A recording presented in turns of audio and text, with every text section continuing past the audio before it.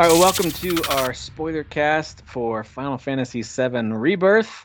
My name is Tim. I'm here with Dan, and welcome back, our buddy Derek, to the show. Hey, it's good We're to gonna be back. we're gonna take a deep dive into Final Fantasy VII Rebirth. If you haven't been warned enough by, I don't know, the title of this, or you had this on and it auto played, I'm very sorry. If you Sephiroth warned you. Okay, he's yeah, right if you there. don't listen to the comment thrown in your face right now, this mother is gonna stab you. Okay. Look at him.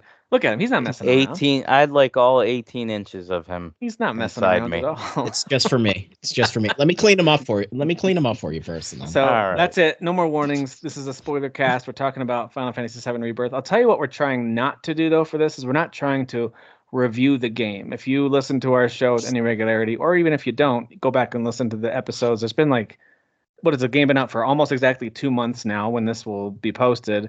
And we've talked about it pretty much every episode, some update on our thoughts on this game. We also have Derek's show, What Are You Playing, where he's talked about it multiple episodes. So guys, Yeah.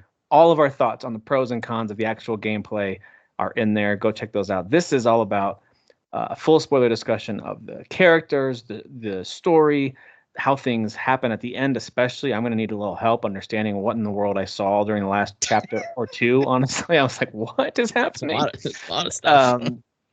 But so let's dive right in real quick.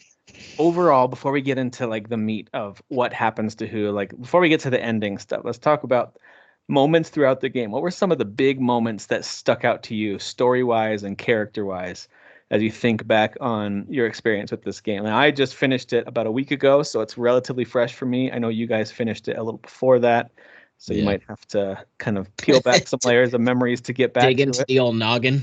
Yeah, I mean, I have one that sticks out, and it was kind of funny because I'm talking in a private chat to Jesse, and I was telling him my lineup that I like in the game, right? And it's Cloud, Barrett, and Red 13. Okay. And I told him what chapter I was in, and he's like, "You're still using Red 13 after that chapter?" I was like, "What are you Yeah. talking about?" I had no idea what he was talking about, right? And so I'm like, you guys know me. I've been on the podcast enough that you know how I am, and I'm like, dude, I must have like zoned out when this significant thing happened because Jesse was like, I will not use Red 13 anymore. He was in my lineup the entire time until this chapter. And then I go and play the game a little bit more, and I realize I had not gotten far enough into the chapter Mm. for what he was talking about. And so when it happened, I went, oh my God. Are we talking about the stupid voice change? Is that what we're talking Yes. about? Okay. Yeah. Nanaki. Yeah. Yeah. I Also, was like- Jesse, if you're listening to this, don't be a schmuck. you don't use one of the best characters because his Can I just voice. say though, in support of our friend Jesse, if he's listening to this, Jesse, I agree that his voice becomes easily the most annoying character of the game at that point. I don't want to hear him talk anymore. And when he like every once in a while sings back into his cool deep voice, right? I'm like, finally, but then it goes right back to, all right, guys, let's go. And I'm like, hey guys. ugh. It didn't It's bother cool me though. too. I did think it was humorous. It didn't bother me, meaning Red stayed in my party.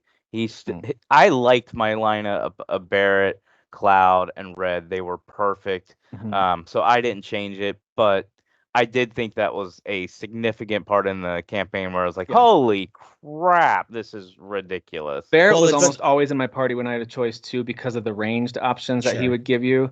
And Yeah. then I cycled through. Tifa was probably the most because I wanted to make sure that I used all of I our know why. synergy abilities because I wanted her to be like the date I bet person you at the end wanted of the to game. synergize with her. You know what I mean? It's You know what not I'm gonna saying. end. you It's did. not gonna end. It's Tifa. It's Uh, always gonna be but I secular. I mean, it's also- always Tifa. I also think Aerith was underrated. She was a really good character Oh, to use yeah. if you properly use her. I thought Aerith was really good. Red 13 is awesome. You I guys love love Kate Sith. That's who you love. He's the worst, dude. I, He's so not fun I to expressed play. before I was actually bummed because in the trailers I was like, oh, he actually looks like fun to use. This is like I'm actually gonna care about this character. And then when you actually use him, you're like, oh, he's like the weirdest one to use. But I did He's like just- Yuffie. I loved Yuffie's the Yeah. ninjutsu star that you Yeah. throw and the way she can like zip around. Like I Yeah. found that Yeah, her she was good moveset in to her be cool. DLC. You didn't play the DLC though, didn't. right? Uh-uh. Yeah, that's where I knew because I didn't think I would like Yuffie as a character, but when I played the DLC, I was like, not only did her personality eventually come around for me, Yeah. but I was like, oh, she's fun to use. Yeah.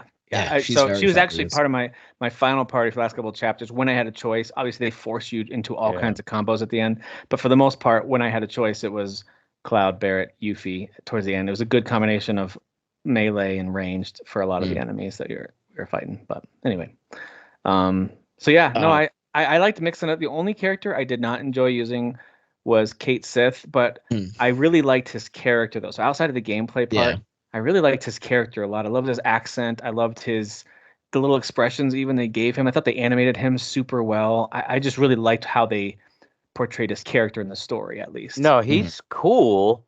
Yeah. And I think I actually hated on him more just because I hated his level.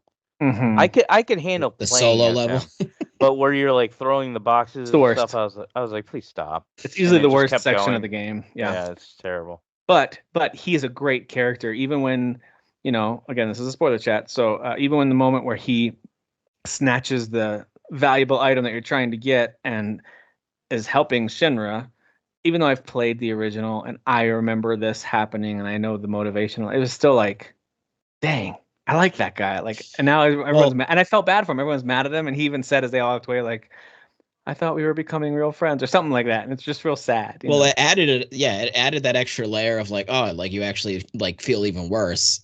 Because they approached it differently. And that's what I'm liking about these two games is like a lot of it is the same. There's just these little tweaks and little nuances and bigger changes too. Yeah, but they're fleshing things out.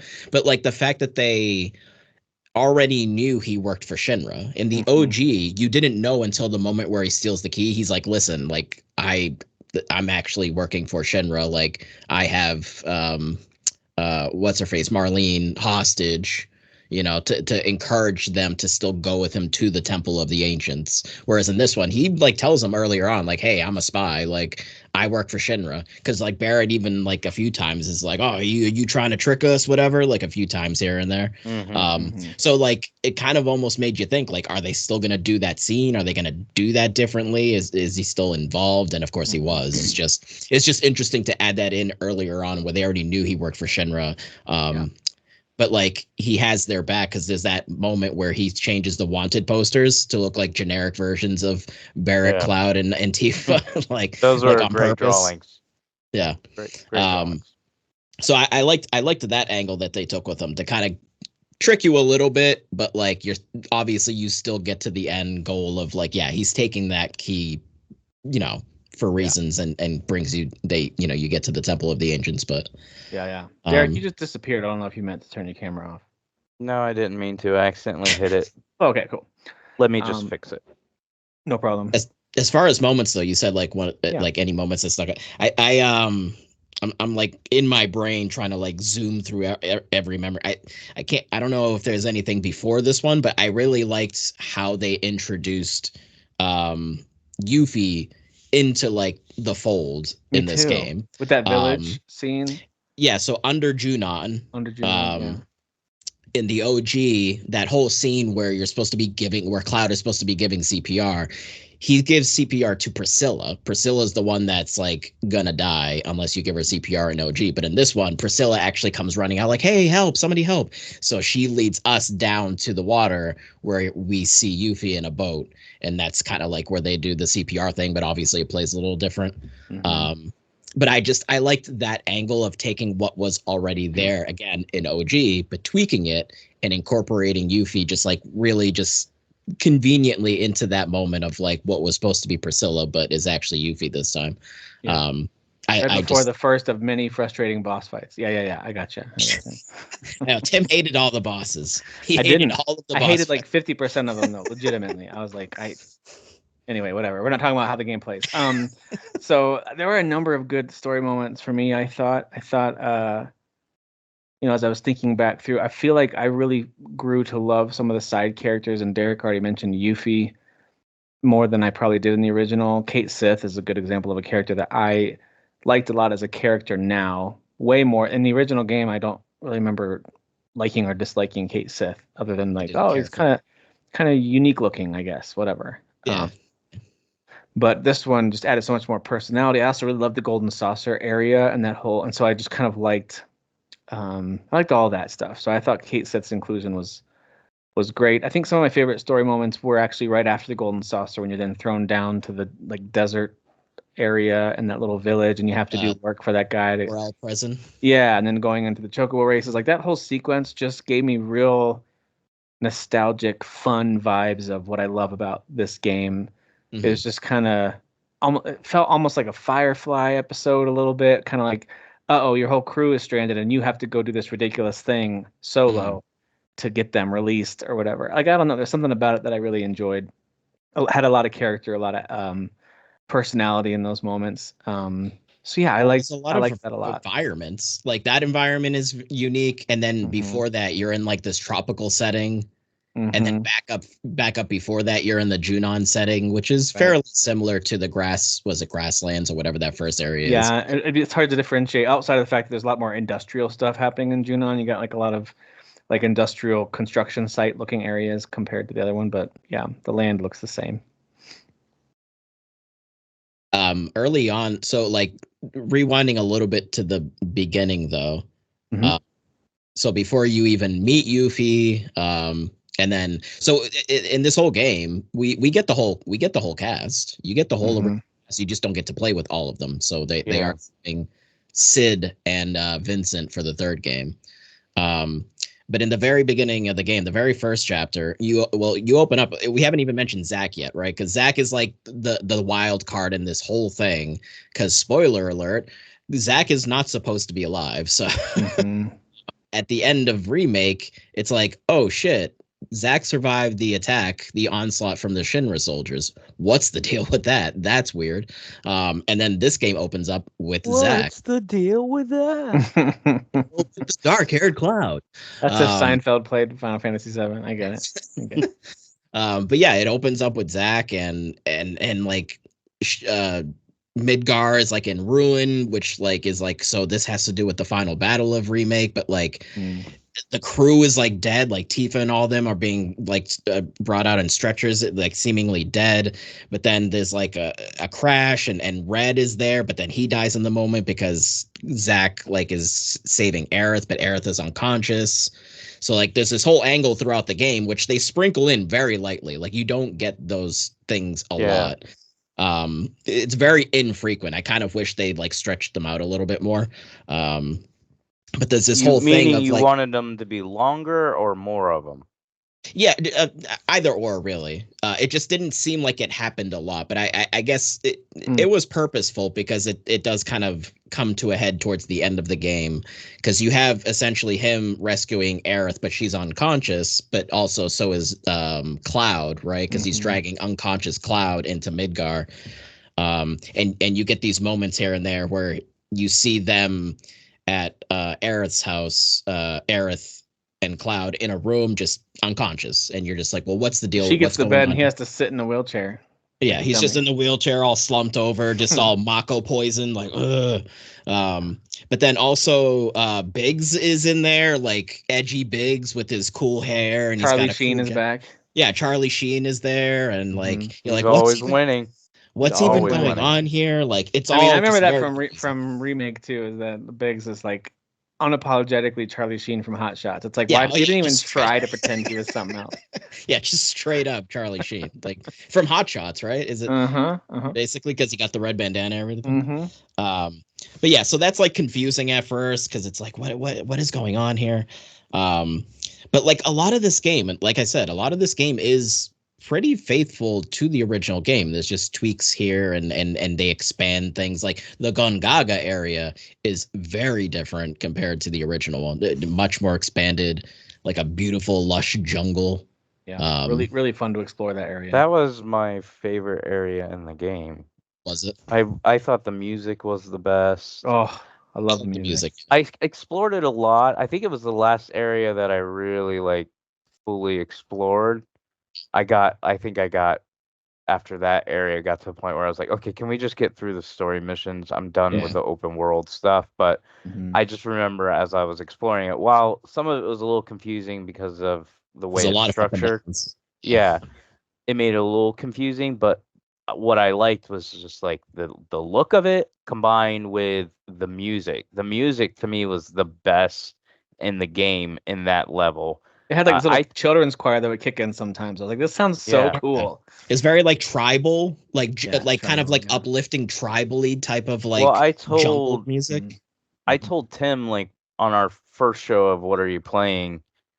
Tim and I talked a lot about Final Fantasy VII Rebirth on there, and I told him, I said, I'm fully aware Kingdom Hearts exists, but Final Fantasy VII Rebirth, a lot of the open world areas combined with the music and the way it's orchestrated makes me feel like I'm playing a Disney game. And that was one of the areas where I was like, this again makes me feel like I'm in a Disney World magical type video. Yeah, it's extremely magical, very upbeat, very like it just has that vibe. Like Tarzan or something, right? It could be like ripped out of like the Tarzan section of Kingdom Hearts or something. I really like that area. I would say, aside from the voice change with Red, I enjoyed the story and I enjoyed the characters, but I don't, and I know we're not talking about it right now, but I'm just letting you guys know, I didn't really get into it until we got to the ending. That's when I started to truly care about. Keep in mind, anybody who's listening, I only made it probably a third way through the original Final Fantasy VII. Oh, so you never finished the original one? No. I've shared the story a gazillion times. Not gonna do it again. I bought it at launch. I remember it just that. was not what I thought it was. I was tricked and duped by my cousin. But I have tried to go back and play it because I was like, well, I always want to beat it, and I think I got like a third through it, probably roundabout, and then kind of just fell off. So I know in Rebirth there was a lot of stuff I was doing in Rebirth. I was like, yep, seen that, I know that. And then at some point, I don't know exactly when, I went, this is all new to me. I only know from like the research that I've done, this is nothing I've experienced in the game before. But the way they did the ending, that's when I became that's when like the joy of playing the game really kicked in, because that's when I started to care more, because I was dragging a little bit. And then once we got to I want to say it's the last 2 chapters, I believe. Because you get to the city. Oh no, sorry. You get to the Temple of the Ancients first, and then you go to the City of the Ancients. And that's when it kicked in. Not only did it have amazing boss fights, but that's when I was like, ooh, what are they gonna do? You know, what's this? That type of stuff. You know, one of my favorite character moments, speaking of Gungaga, was Aerith talking with Zack's parents, like that whole sequence. There was just a lot of weighted emotion to that I thought they did a good job with, because Aerith is so almost annoyingly like upbeat anime character stereotype so much, where everything's great and she's like, yeah, let's do it. Like there's a little too much of that sometimes, but this really grounded her character. Moments like this, there's more than one moment, but like moments like this ground her character and make her a very believable and likable character for me personally as I'm watching this stuff, because it's easy to brush off like, yeah, whatever, she just thinks everything's great, and her and Tifa keep going like da-da, like I don't know, I don't understand like the appeal when it's just that, but I'm so glad they went out of their way to give Tifa, Aerith, Barrett, Red. They get everyone pretty much got a really good moment to shine, and I liked Aerith's there with Zack's family. I thought that was a cool moment. The game is not realistic because both Tifa and Aerith clearly have crush on Cloud, yet they're BFFs. Like that's not how it works in the real world. They would definitely be sabotaging each other. And it's complicated. It's complicated. Also, there's very little to like about Cloud, so it doesn't make sense they would like him. Like I understand he's a pretty boy, but like I understand what they were doing, showing his struggle, but I found if you didn't I know Dan would come in and say like, you don't know what he's been through. Like, okay, fine, that's fair. But like if you're just playing this game straight through, it's like Cloud is a pretty unlikable character from start to finish in this game. Like truly. Like I don't find him to be a selfless, awesome hero. I find him to be very self-centered, very annoyed, and more often than not dangerous, because he doesn't have full control over himself. Like I actually found him to be a little disappointing as a central hero for me, just me personally, based on how I played in Final Fantasy VII. I know some of those pieces were in play in the original too, but because I don't know what it was, something about the way I expect characters to be developed now, maybe. I don't know what it is, but I was just kind of like, man, I just don't really like him as a hero in this particular game. I've liked him before, but I was having trouble getting on board with Cloud in this game. I'm glad that you're mentioning that now, because I wanted to make sure that I planted this little seed, so then it's gonna come full circle around later, guys. Okay. I like Zack a lot more, by the way, but go ahead. Yeah, Zach is like almost like the Aerith version I was gonna of say Cloud, he's a male Aerith. Yeah, which is funny. He's super likable, a little cheesy, but likable. Yeah, he's a goofball. Yeah. But like, and it's funny that I say that because technically Cloud is like the thing of Zach, but we'll get there. So Cloud is the term that has always been used with Cloud ever since OG and over the years. Anytime anyone talks about Cloud, is he is the unreliable narrator. Mm-hmm. So that term is very important because that's just that's what people know him as. Anyone who's played 7 is familiar with 7. That's what he's called. He's called the unreliable narrator because he goes through this game for a lot of it up to a certain point, basically acting in a way of knowing things and remembering things a certain way. And that goes to the what is it, chapter 2, when you get to Calm and you do that whole, which is very reminiscent of the original game, where Cloud is telling the crew about Sephiroth, like what the deal is with Sephiroth, who he is, how does he know Sephiroth. So you get that flashback sequence of when him and Sephiroth went to Nibelheim to go deal with the reactor or whatever. And he's telling the story, and you're playing through that flashback sequence. And what's actually interesting in this game is you get a moment of where when they all go to bed, Aerith and Tifa are actually having a discussion, and Tifa's like, something's off here. Like she's actually like vocalizing like this isn't like something's not matching up here because Cloud wasn't there. I don't know how he was telling that story because he was not there, which is not really something that was vocalized back in the original. It wasn't something that she really said. But somehow he knew what happened, and like she didn't deny that those things didn't happen. She's just like, he wasn't there though. This doesn't make any sense. He had memories of it, but she doesn't remember him being there. Yeah, exactly, because all of that did happen. But yeah, so Cloud has these, those moments where the screen gets all static, does a staticky sound. He grabs his head, his little headache moments. Remembering things and trying to piece things together is because he has pieces of memories and things that he thinks he knows, but he doesn't quite know for reasons that they haven't actually fully established yet. But anyone who's played the original, you do know why, and his connection to Zach. But yeah, so I think that's kind of why, Tim, that you feel that way, because I purposefully he's not supposed to be like.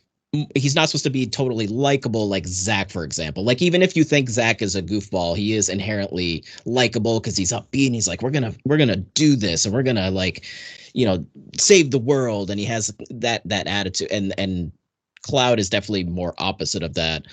But the Cloud that we know in these first 2 games with Remake and Rebirth isn't really Cloud. So that's kind of the issue too. The person that we're critiquing, unfortunately, as is in the state that he's in, is not even really him. And that makes sense. So what you're saying is completely valid, because it's like everything's just such like a mess with Cloud, and that they haven't fully dived into yet. Yeah. So and I understand what you're saying, and I think there's a validity to it. But on the other hand, anyone who's playing this game and who doesn't have all that context, oh sure, he's a hard protagonist to get on board with, in my opinion, with the cutscenes and his dialogue and his lack of any kind of empathetic personality traits. I really struggle with him. I have trouble with, like, you can't tell, like Aerith in my playthrough, because I know you can like romance certain people. I didn't really try to romance. Like, it was whatever. I would just pick something. I wasn't trying to get based off of the side quests and things that you did for them and stuff like that. I ended up going on the date with Aerith. I don't know if that's pre-programmed or if it is based off of it's based off of decisions you make and who you're closest to. Somehow I got Aerith. Hers is like the main one that it tends to lean into, because hers is like contextually, story-wise, the most important. And that was the case with the original back in the day as well. So I think that's kind of like, I think I would have had to have done extra and I wasn't. So anyways, but my point is like, he doesn't make sense with Aerith because, first of all, she just throws herself at him like nonstop. but also like the way he receives it. Sometimes he's like, I'm cool with this. Other times he just stands there like, what are you doing? Like, why are you into me? And it's like, well, at some point, again, I don't mind in the beginning because you're a hard butt, you don't care. But at some point, we already know he cares about these characters. We know he cares about Aerith. That whole shtick is done. He's already part of the crew. He cares about him.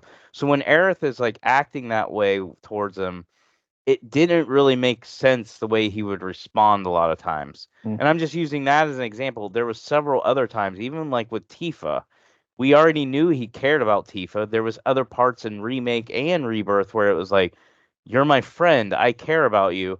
And then there'd be other times where he would just be like, yeah, whatever. When he's struggling or whatever the issue is. Like, his character didn't always make sense. I understand the whole flashbacks. He's clearly struggling too. But my point is like his response and his reactions didn't always make sense with how long we've been on this journey with these people. Well, are you also referencing, so in the second to last chapter in the Temple of Ancients, it's actually really sad. There's like pretty far into that whole section, like Aerith, after they all kind of go off into their little separate rooms and they have their little like kind of like memory things to kind of refresh like you as the player, like what like kind of is pushing them forward. Really good background for each of them, I thought. Yeah, exactly. To give you just kind of a reminder and a refresher. Really well done. JRPG story dump at the last. It's always the story dump. I thought those were great, by the way. I thought all of those. I liked it. They did it good. If they didn't stay around too long, I would have complained if they were there forever. They were brief, but they were impactful. But But Aerith has that like speech, right? She's doing like the speech of like, hey, like these are the things that strengthens us. His reaction then killed me. And he's just like, are you done? Like, are you done? I was like, that doesn't make sense. I gotta be honest, Derek. When he said that, I was like, "This is something Derek would say after someone gives us a Are you done?" So the reason for those moments, Derek, the reason why he has, and it happens throughout the game too. It's Sephiroth. Sephiroth is no, I know that. Yeah, he's clearly being like corrupted by Sephiroth. Like I do. I'm not just saying that to be agreeable. Like I agree. Yeah. I did notice that. I'm just saying like. I'm not just giving, I gave one example, but I'm talking throughout the course of these two games, his personality and the way he interacts, sometimes he's like into the group and he's like, haha, and he'll joke with Barrett even. And then other times it's like he's some bipolar kid where it's like one minute he's like, yeah, teamwork. I love you guys. You're great. Next minute, are we really doing this? Using what was missing, and because I agree with you, Derek, and Dan, I know you're about to explain some of it, and I do want to hear it, but I do think the way that the developers decided to tell this story, they leave too many blanks for the gamer to fill in. So either you have to have an extensive knowledge of the history of the background like you do, and be willing to do a bunch of research, or in my opinion, they could have done a better job of the character development with Cloud specifically. Give me more cues of what's happening to him outside of him going, oh, headache. And then he would like, give me something like his eyes change or give me something that tells me like, what's that? Do you want to know what that something is? Yeah. It's the third part. It's the third game. So, and that's kind of, I hear you. I hear what you're saying. That's that's sort of like the double-edged sword there is like, whereas in the original one, you had one whole entire game. So you get the whole spectrum of what's going on. If you're jumping into Remake not playing anything prior at all, right? You're just jumping into Remake completely not aware of anything, and you're playing that, and then you're playing Rebirth. What you're saying makes complete sense to me. Even though I have context, like I know what's going on, what you're saying makes complete sense. And it's unfortunately Don't you think that they should have been able to make it in a way that the whole idea of a remake is that you don't have to go back and play the old ones. We're going to tell you this story in an incredible and awesome modern way. Like, do you actually think it's a legitimate thing for them to be like, you won't really enjoy this or like the characters unless you go play our old stuff first? Well, they've said with both of them that you can go in fresh and you'll still enjoy it.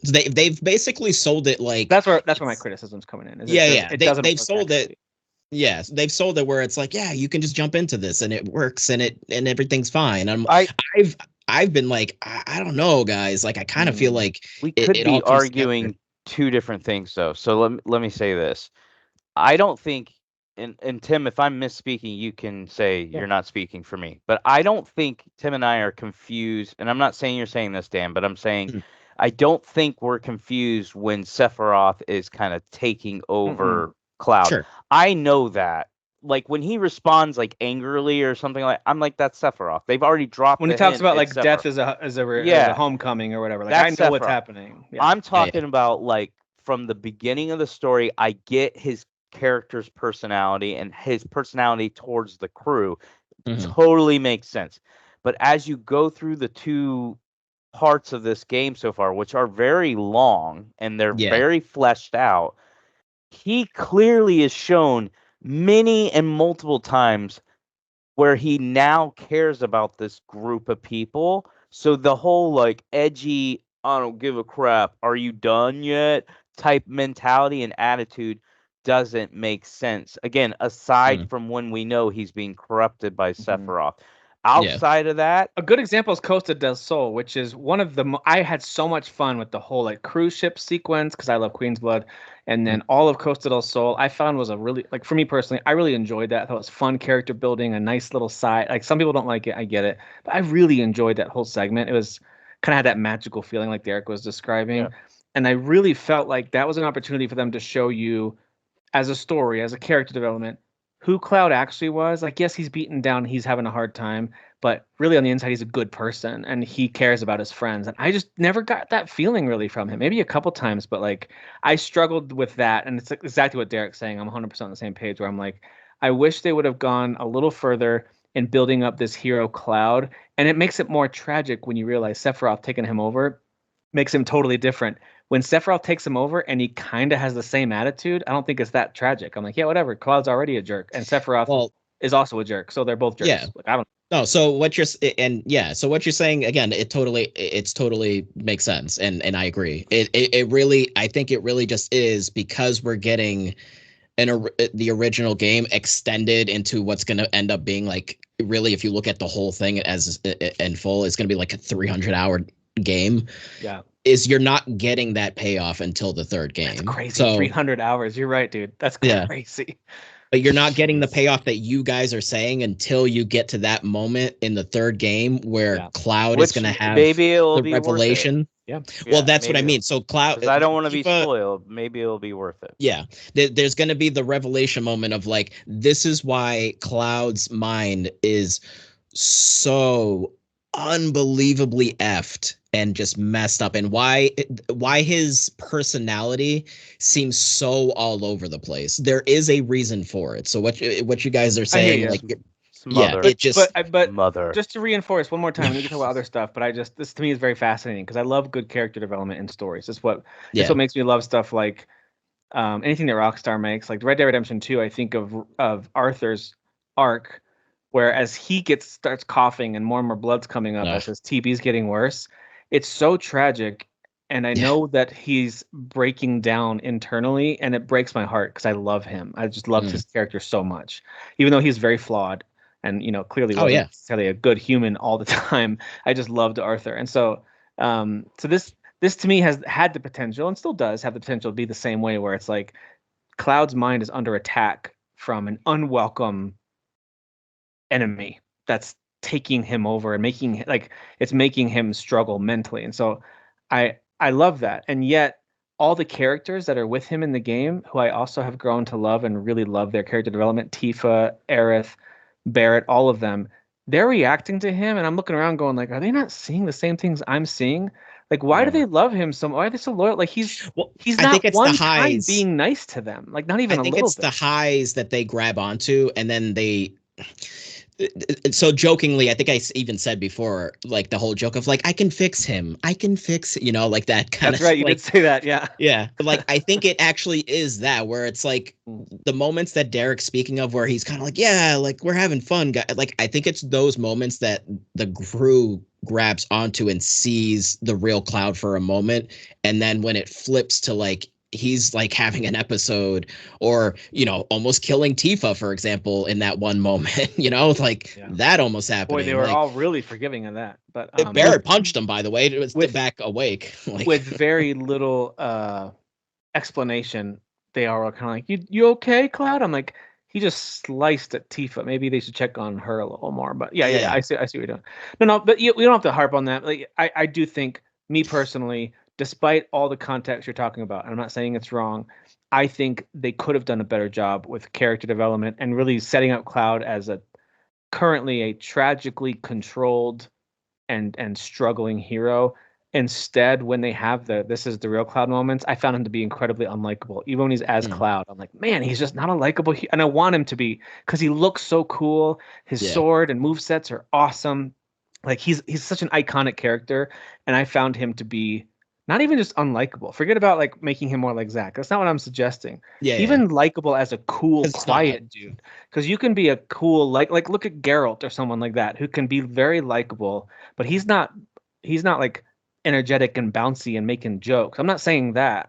I'm saying like you can see the heart in this kind of like one note boring character, but his heart comes through in these moments, and I just didn't see that in Cloud in this game. For me personally, I saw it more in Remake, like Derek was saying. In this game, I feel like they really missed the boat. I think they could, you're right, they could reclaim a lot of his character in 3, and I can't wait to play 3, by the way. I think it's going to be awesome. But yeah, it was just a little bit. I was a little disappointed with character development of Cloud, and I only say that because I loved the character development of everyone around him. I thought all the side characters, even side characters who aren't in your party, like Vincent and Johnny and Sid, like I loved all the characters that surrounded Cloud. I just don't like him. Johnny can die. I love Johnny.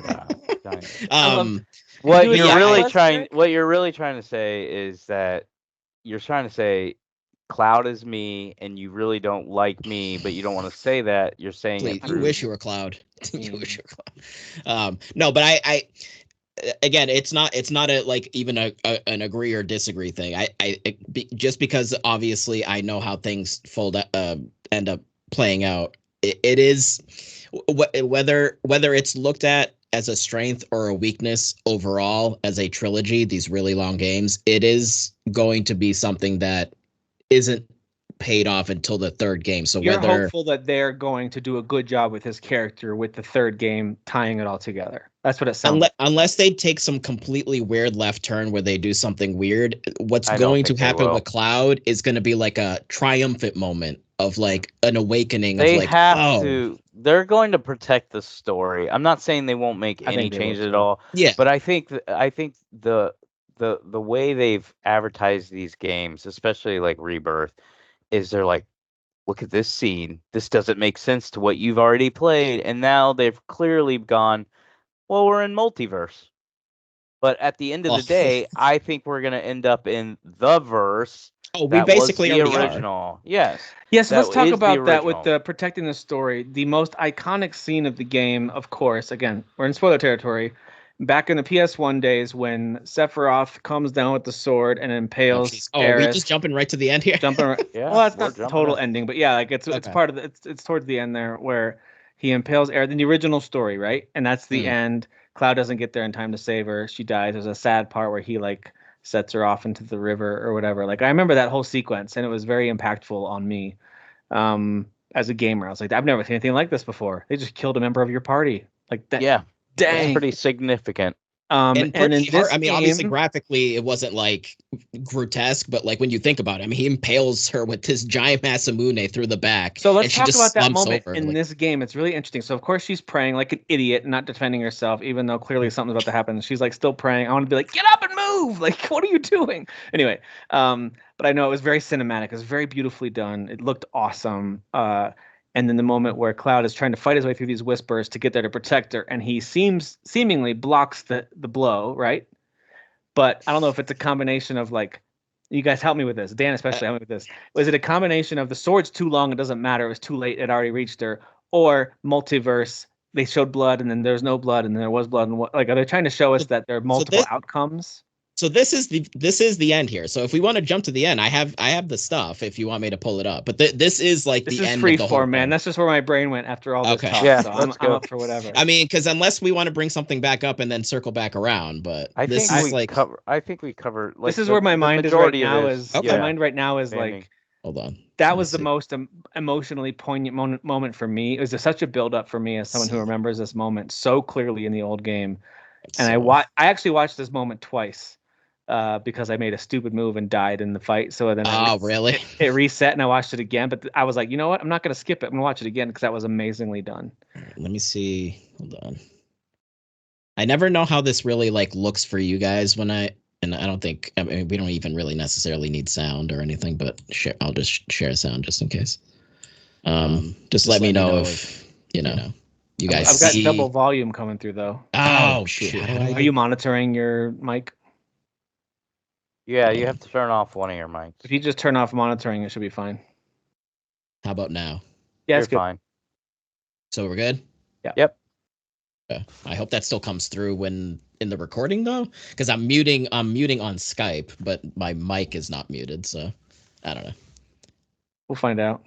Yeah, I guess we'll find out. Hey, if you're listening to this and Dan went quiet, don't worry, he's saying some really cool stuff. Let's go. I mean, it's important because. Well, go ahead and play that. I just want to hear real quick, just a snippet of the audio. Is your audio from your video working? Yeah. Okay, so we'll be able to hear you. Okay, let me hold on. Let me just turn this down a little bit. Which, by the way, the music, like, holy hell, really good. So this is Cloud going up to Aerith as she's praying in the middle of the city of the ancients, right? Lots of Dementors, right? Well, which, by the way, we haven't even. So we thought the Dementors were like dead, right? Essentially, or like gone. Like that's kind of what the impression was at the end of remake. But in this game, we have two different kinds of whispers now. Yeah. We have the light ones and the dark ones. The dark ones are essentially now corrupted by Sephiroth. Sephiroth has entities under his control that can defy destiny and alter timelines and do all of that wacky stuff. So that's where this because Derek said the word multiverse, the key word there. That's the trigger word, the multiverse. So this game, spoiler alert, it's the multiverse. We got the Final Fantasy VII multiverse. So that plays into the end here, Tim. It does. With the multiverse. Sephiroth even says that two worlds colliding. He says that at the end. Oh yeah, well he basically says at one point that there's just infinite timelines at a world. So what is even the point of you being worried or mad about something? I forget. He makes the comment as Zack joins the fray with the final battles. He'll make the comment about two worlds colliding. Yeah. Yeah. So this is also pretty iconic here because we get the hold down R2. So here in the original one, you played the moment where it looked like you were gonna strike as Cloud. You were gonna strike Aerith down. So this is also very reminiscent of OG. So here you're kind of doing a little contextual thing with the buttons, like, oh shit, I'm about to kill Aerith. Hold on, let me jump forward a little bit. All right, so then he breaks free, and here we go.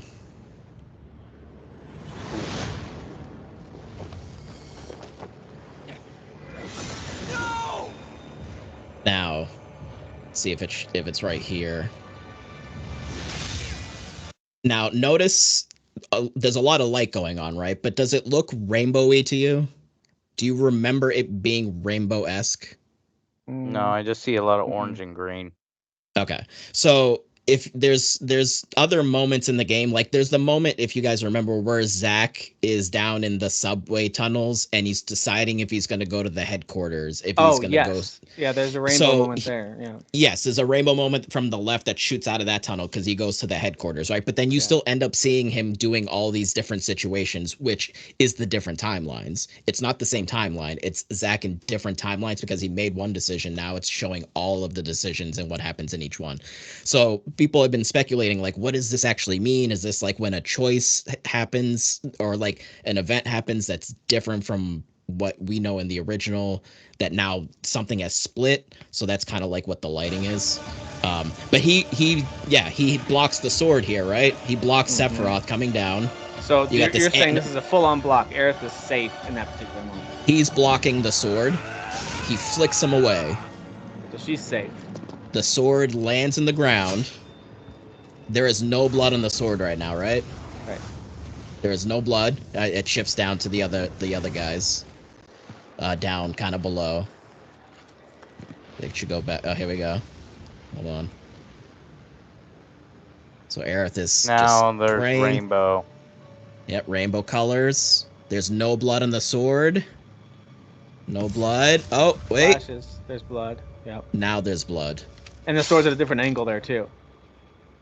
Yeah. Yeah, and now there's blood on the sword. She falls over just like an OG. Yeah. The white materia bounces out of her little knot on her hair, just like an OG. Mm-hmm.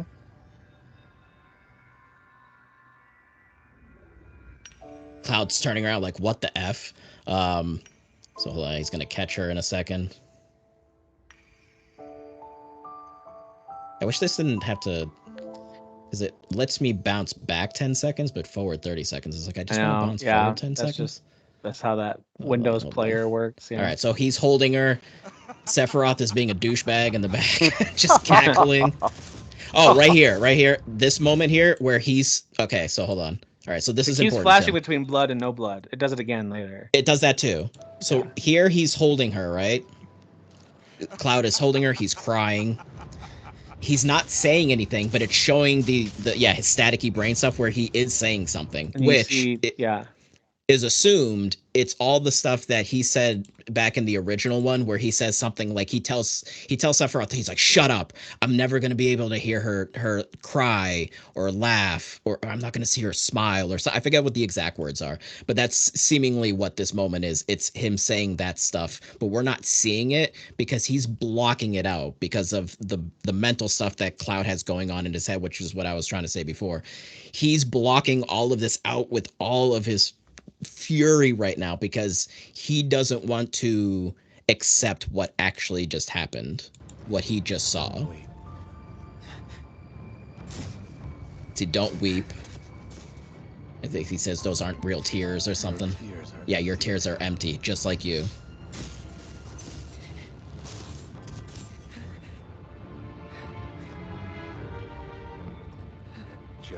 Yeah, just like you. Because he's just like, you're empty, dude. Like, you're not really even and he flicks the blood at him, right? But then there's no blood on his face. He just flicked the blood at him, which is effed up, by the way. Yeah, there's no blood on Cloud. But Aerith now grabs his face, so it's like, what? She's supposed to be dead. So let's fast forward a little bit. The crew comes running up. They're like, oh, shit. Hold on. He just missed it there. On the ground. Yeah, there's blood and there's no blood, yeah. Yeah, there's blood, no blood. Tifa's looking forward. Blood, no blood. Blood, no blood. Mm-hmm. So, like, basically what people are wondering is this, like, a timeline thing where, like, Tifa is seeing, or the crew is seeing both times? Because Tifa fell into the live stream, right? We forgot to mention that part, where Cloud sliced at Tifa. She fell into the Mako. She went into the live stream. There's that whole sequence where she goes down in that whale thing, which they haven't really even explained because they're calling them weapons. She like lives in its belly during a battle for a little bit. Yeah, exactly. But like she's now become in contact with the live stream, so it's like is Tifa seeing both timelines here, which is why it's flashing back and forth, or is this just Cloud mindfuckery?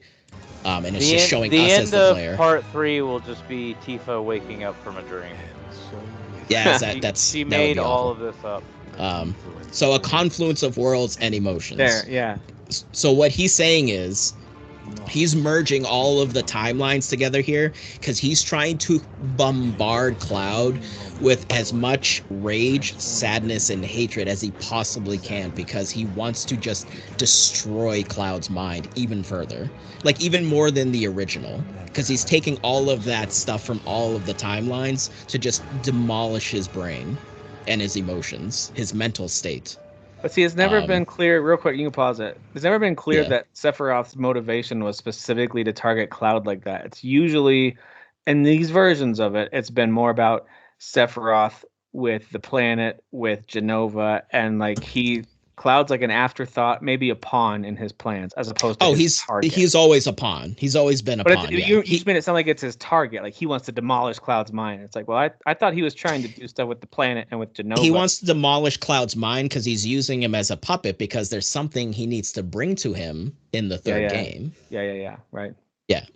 So, and in this whole trilogy of games, clearly his overall focus has shifted, I think, from just getting that materia to summon meteor to destroy everything. I think his aspirations are much higher now, because I think he basically just wants to be the god of everything.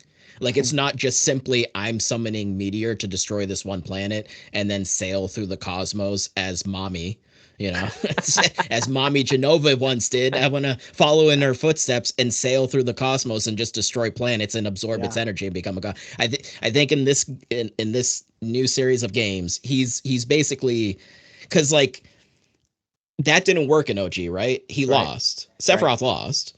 But like, because the life stream is not just simply this entity where people die, they go into it, and then they're reincarnated as something, whether it's another person or whatever. They're just one with the planet. Shoot, lost my train of thought there. But Sephiroth is like essentially become one with the life stream. But the life stream is also memories. It's also the past, present, and future, which I think is something that they did express in OG, but I don't 100% remember. But basically, Sephiroth is just aware of all of the stuff in OG, and so is Aerith, though, because Aerith has become one with the life stream, right? I mean, she died in the original. She became one with the life stream. But yeah, here it's like we're seeing Aerith is awake. So it's like, it's very confused. It is supposed to be confusing. The ending, all of this stuff here in these moments. I just assumed that was her dying. Gonna say. No, because you see now the whispers are going around. There's all the rainbow light stuff. Like, so for what I think is going on, because again, I've been watching, like, I went down the rabbit hole. I think it's timey-wimey stuff going on of Sephiroth merging the timelines and all that shit. But I think a lot of it too is Cloud is blocking this out of his mind. He's seeing her alive because he doesn't want to accept what just happened to her, and that she's dead. Also here too, because we'll do a big skip ahead. Something I didn't notice until I had seen somebody point out. Everybody in the party except for Cloud's limit break is just automatically activated. And they fill up super fast. No, I'm saying they're just full right out the gate. No, I know, but they continue to fill up quickly. Yeah, because they're in a heightened state of emotion, and Cloud isn't, because they saw Aerith dead on the ground, but Cloud didn't because he thinks she's alive. Man, that's deep. Yeah. So that's what I was going to say. So I know this is where, and I'm fine being different, where a lot of gamers will whine and complain and be like, it's too open ending, it's confusing and stuff like that. I've always said I prefer mystery. I like it when developers try to confuse us. I like when we're watching stuff like this and you're going, hey, pay attention to this. Did you see that? Did you see that? Like, that's stuff I don't notice, like, when I originally play it. And I did probably didn't dive as deep as you did into the rabbit hole. But after I beat the game, I definitely watched videos because I was like, I need to fully understand what the heck is going on. Oh, yeah. And as people who are way smarter than me started talking and explaining all this different dynamics, I was like, this makes the game even cooler. And they did That's what I'm saying. They did that with Remake, and they did it again in Rebirth. I don't quite understand why people were, in my opinion, more accepting of Remake's ending, but then had a problem with Rebirth. So I think it's because... So we'll get to it. So you fight Genova here, which you did in the original. And then, of course, you can't just end with Genova, right? There's got to be more to it. So Zach pops up. Making me use Kate Sith. Every time they were like, Kate Sith and Sith me party, I was like, what? Stop. Stop making me use Kate Sith. So Zach is walking through an endless world of white, just being Zach. And then he sees Cloud, and he's like, oh, hey, what's up, bro? And he pats him on the shoulder, and this a lot of people were like, this isn't going to happen till the third game, right? Like, no way they're going to have Zach and Cloud teaming up. Oh, wait, no, it absolutely happens. And you can fight as Zach. The video is not showing for me. Is it showing for you, Derek? Yeah, no, it's froze. It's stuck it? Yeah. It's stuck back at the Genova Life Clinger defeated scene. You might just have to reshare your screen. Yeah, I'll be right back, guys. Okay. Yeah, try just resharing and leave your mic muted. Confirms.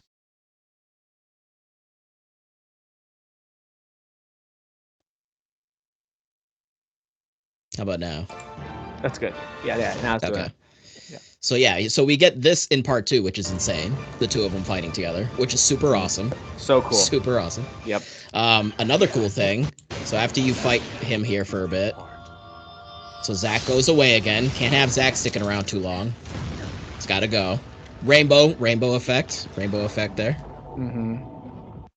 So you start seeing these things more. We get the second to last form of freaking Sephiroth, Tim, in this game. We get. Hold on, where is he? Right here. Look at him. Yeah. Look at this guy.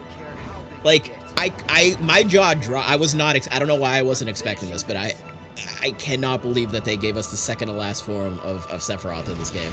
Yeah, but it makes sense. These fights to me were fun, epic. They were doable, challenging but doable. Like I really enjoyed these last few. I thought I would hate them, but I enjoyed them. The Sephiroth fight and his other forms, I really did. Like, yeah, I know I've criticized a lot of boss fights. But I really enjoyed them. They made sense. It's just epic, like you said. They were epic, but they also made sense. Like gameplay wise, they made sense. And you freaking climb up this, like God of War, like style, like just climb up this massive monstrosity. It was just ridiculous. I just couldn't believe it. Like I was just like such a kid, just like with a big dumb smile on my face. Like, but yeah. So are you gonna replay this game? Like right away? I do want to platinum it. Right now I'm not. I'm gonna eventually go back to it because I do want to platinum. You have to complete a hard mode run for platinum, right? Yeah, you do.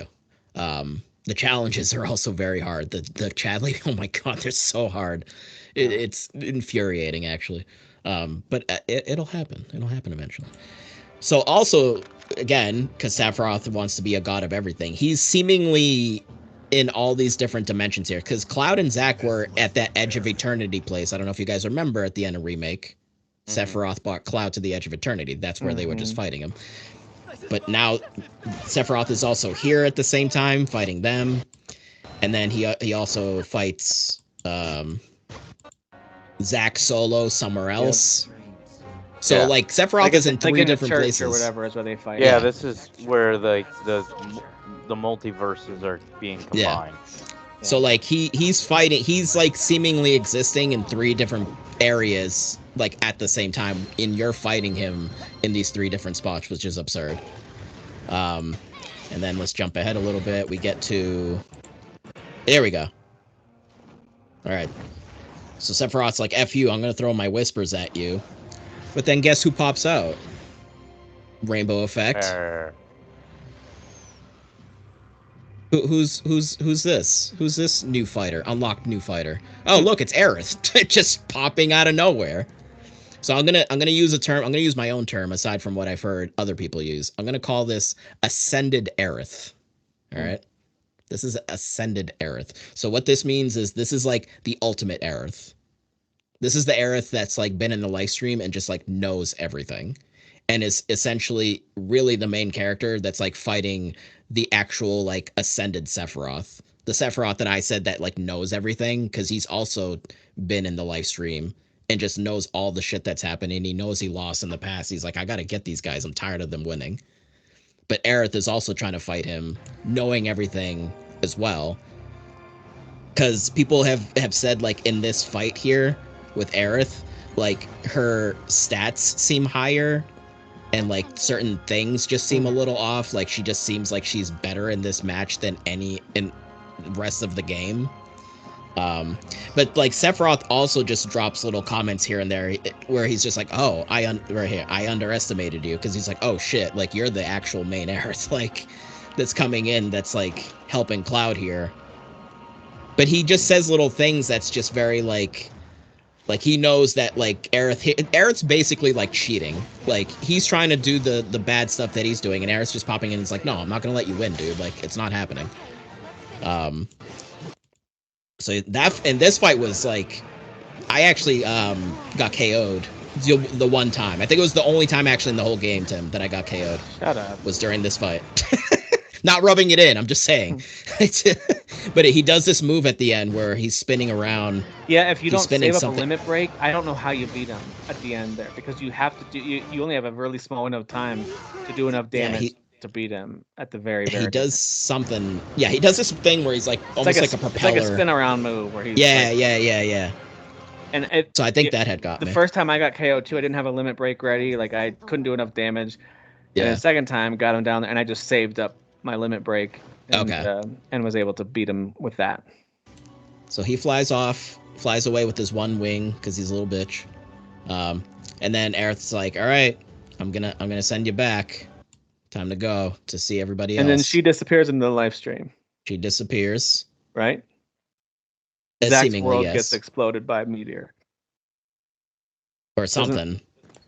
He gets teleported back somewhere because we see a scene where he's sitting in the church again, but we don't know where he is. He might be actually in their timeline now. He might be somewhere else. We don't actually know yet. So we don't know where Zach is, but Zach is fine. I hate multiverse stuff so much. But keep going. I hate it, but I also like it because there wouldn't be a mystery without it. Yeah, that's fair. But you would know what's I going on. I think it works here, Tim, though, because it's like it's just like talked about, but we're not playing like 18 different universes of this crew. You know what I mean? Well, what I was gonna say is this might actually work because it's doing two things. One, it allows them to advertise, like I was saying earlier, hey, what's going on here? Even though most people are going multiverse, whatever. But then you also have Sephiroth saying, I'm going to combine everything into one, meaning it's less confusing because he's destroying everything in order to create one I guess it's not one verse universe where he thinks he's going to win, but ultimately the story is going to play out where he loses. But my point is that they're able to provide all this confusion, create all this mystery, make the story even more interesting, even if you've played the game a gazillion times and you know it inside and out, you still get to enjoy what I would consider a new experience while still maintaining a lot of the original. Yeah. But like I said, I agree with Tim. I absolutely hate multiverse. But the fact that the end of this game was like, oh, we're just kind of destroying all those. That's where I was like, okay, I can handle that. He's trying to merge everything so he can basically just, like I said, control all of the universes as one and just like control all of the anger and hatred and sorrow. He's weaponizing it. He wants to be Daddy Sephiroth. Yeah, I get it. Yeah, basically, yeah. He wants to be Daddy versus Mama. Yeah. But you see, so here they're all hunched over, like, oh my God, Aerith this is where Cloud should have walked over and, are you done yet? Okay, well, she is, because she's dead. So and then the whisper goes by him, rainbow effect. He picks her up. He's like, hey, wake up. Hey, Toots. Hey, Toots, wake up.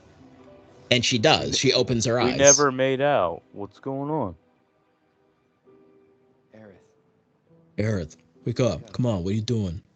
And she just wakes up. So it's like, what the F is going on? Because she's dead. She's not dead. She's dead. She's not dead, right? Again, it's supposed to be confusing, which to some people is frustrating. I get it. I think it's interesting because I think they're trying to mess with us as the players, whether you are aware of not. It's a little bit of the multiverse timeline stuff, but it's also Cloud's psyche is now even more destroyed than it was before. It's because now and then here, this is the scene where we were supposed to see Cloud walk out to the water, right? Because we're in there. Yep. Yeah. The iconic scene of him putting her body out in the water, right on the outskirts of the city of the ancients, and we didn't see that happen.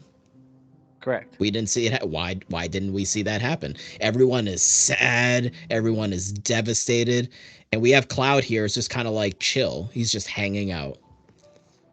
Well, and then, this is his face when he's like Kristen Stewart, the actress. This is him mad, sad, happy, thrilled, terrified. Same face. Yeah, so he's like, oh, we've been here for a while. Yep, sounds good. He says it so casually. Oh, grabs his head. Because again, he's trying to block it. He's trying to block out what actually happened. And now he's gonna look over to his side. Also, music is so important in these moments because you're hearing the theme, but it has a tinge of creepiness. I don't know if you caught that. It's in a minor key. There's like a creepiness to it. Keeps hitting that minor. Because it's supposed to be creepy. Because it's like, no, she's dead. but he's just smiling and he sees Aerith there. So like he's seeing what he wants to see, which is Aerith is still around. Or again, it could be a ghost thing. It could be like her projecting. I was thinking it was a ghost. Again, when I felt in the blank when I watched this, I just saw all of this as like she really died, and that was her last ditch effort to give him the help he needed in whatever plane he was fighting Sephiroth on. And this is him just seeing her spirit or in his own mind. Like, I didn't see this as like, oh, these are the unit worlds still colliding and she might still be alive. I didn't for 1 second when this ended think, she's probably still alive. It just seemed to me like, no, Cloud is seeing things because of all his broken brain. Right. But again, it's whether it's in his mind or it actually is almost like a Force ghost, almost like Star Wars Force ghost type of stuff. I think that's kind of where people have been kind of going back and forth and debating and doing their kind of like theories and stuff like that. Because no one else can see her, obviously. Because again, she is dead. Well, yeah, and they all mourn her. That final scene, by the way, the visuals were so gorgeous out in the grass. But it was such a pretty moment of the game. He's like but smiling. They're all still like crying and they're mourning her, and This stuff is also, we didn't even really get to this stuff where we had this Glenn guy, Glenn Lodbrok, who looked like Cloud, a little older with a beard. Dude, people were like, that's his dad. That's Cloud's dad, right? That's his dad. So everyone has been thinking like that's his dad. It looks like it could be related. So he's part of the mobile games, the Ever Crisis and First Soldier. So he was like one of the prototype First Soldiers. Okay. And then he defected, because I haven't played those games. I just know like very little. He defected and then started kind of like bringing like kind of creating a resistance groups to fight back at Shinra. But like it all boiled down to, because again, we know Rufus mentions at some point earlier on he shot him in the back, right? Which he does here again. Funny enough, he does here again. But it's actually Sephiroth that's just messing with him. Because I think, again, to tie back to the whole like him wanting to just pummel Cloud's mind with sorrow and hatred and all that shit, I think he's also kind of doing that with the world. I think he's trying to start a war so there's more sadness and hatred in the world. You know what I mean? So Sephiroth is the devil. I mean, yeah, pretty much. He's a very pretty devil. He's very pretty. But I think he's also trying to just fill the world also with anger and sadness and all that shit. Because it's like, why would he need Wutai and Shinra to go to war? Like, what would be the point of that? That just seems like a really random thing, right? And the only thing I can think of is again, he's weaponizing the emotional aspect, the hatred and the sorrow and pain and everything. This scene's super weird, by the way. The way he just like leans up like that and he just unloads on him. Here's the pretty scene, Tim. Ready? It's a pretty scene. Ready? Oh yeah, there's Zack in a church. In the church, right? We don't know what timeline he is in, but he's fine. He even mentions like, hey, maybe the worlds could come back together again. So we're obviously going to see more Zack in the third one. All right, here's all the robed guys. They're going to be marching to the North Continent because we're still doing that, Tim. We still gotta get the materia, the black materia somewhere. So that's Are they still doing happening. DLC for this game like they did with no remake? They're jumping right into development with the third one. If they did though, it'd be cool to do a Vincent DLC like they did Yuffie for the last one. That's what I always thought. Yeah, but I think they don't want to distract themselves with any side thing. I get They're it. just jumping right into the third one. I would prefer them just get the third one out. Yeah. So here you go, Tim. Here's your purdy. Purdy. This is just like one of the best looking. Look at that. It is. It's like there's so many moments. This is one of them in this game that just were stunning visually, man. Just so pretty. They need to release this on PC. They will. They definitely will. But yeah, so we didn't even discuss the clear materia. There's a moment earlier on in the game where it looks empty. Aerith is, yeah, it's like empty. Her white materia, her holy materia is. Oh, by the way, Aerith is just in the scene, which is like, oh, that's weird. But no one else can see her clearly. Yeah, exactly. But basically, what happened was the Whispers in the remake, when they kept messing with Aerith and she kept saying things kind of like, oh, I feel like I'm losing my memories and things like that. It's because they were taking them away from her, which then drained her materia. Materia is comprised of memories. So they drained the memories of the materia, which is why it was clear. Oh, Aerith doing her little her cute little thing. You had moments towards the end of the game there where, jeez, like there's also the scene where Aerith, the unconscious Aerith and Cloud from the Zack timeline wake up. We didn't even mention that because Omni, the ascended Aerith, basically brought Cloud to that timeline to get the white materia to hand to him. If I recall, I think she hands him the white materia to bring back to his timeline. Is that when they make you do all the little like date activities and running around together? Yep. Yeah.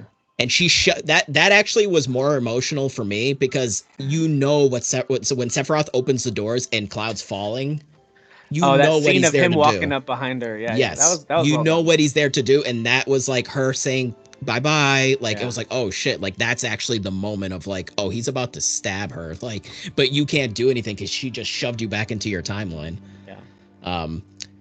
But yeah, so he's staring at the clear materia. He's like, oh man, what am I supposed to do with this thing? And then he reaches into his pocket. He's like, oh shit. Why do I have this thing? It's like, where did that come from? More brain weirdiness. Also, the little effect of when he shoves that thing into the Buster Sword is super sick. This is the first time they showed this in the whole game of him into his weapon. Well, because normally they go in the slots, right? But he just puts it right into the which has that cool, which is creepy. Which means he's corrupted. Yeah. Well, he's still again his mind's even more destroyed now by the end of this game. So Tim, the moment that I was talking about where there's the revelations and you kind of learn about, I'm trying to be vague for Derek and just anybody else who hadn't played the OG because again we still got to get to the third game. I'm thinking that moment is also going to wrap into all of that because it's tied to Zack and everything. I think it's going to wrap the whole Aerith death scene into that. That's my theory. Is not only are we going to get the revelations of Zack and what Cloud's connection is to Zack and who Cloud actually is. I'm hoping, I'm really, really hoping that the Aerith death scene is wrapped into that and we actually see the moment where she gets stabbed. So I think the payoff of the emotion, because people were actually pissed. They're like, you didn't show that scene. You took that away from us. That's bullshit. Yeah. But I think it's because they're saving that for the third game. When Cloud's mind like unlocks finally, it's going to be like, oh, we see that moment and see him put her in the water. I think that is all going to play out in the third game. Which will be why they're all crying and he is like sitting there with Aerith, he thinks. Yeah. Just all blasé, yeah. That's my hope. I hope that they actually show it, that they don't just talk about it. I think it's important to see the moment still. It's just they're dangling it like a carrot and making us wait for the third game. Oh, here also he's seeing the tear up in the sky, but they can't see it. Yeah, I remember that too. Which is also odd. Because it's like, is that an illusion? Like, is he actually seeing something because he's connected to like that? Yeah, it's all. Yeah, he's like, we got this, everything's fine. Like, he's acting normal again. They're very concerned because they're like, why is this guy not devastated like we are? Just remember, we got everything riding on this. And that's a load you'd best be ready to carry. Yeah, like they're like, you better be ready to carry, like, what we need to do, like, on your shoulders, because there's still some work to be done here, but you're just acting all like nonchalant. Mm-hmm.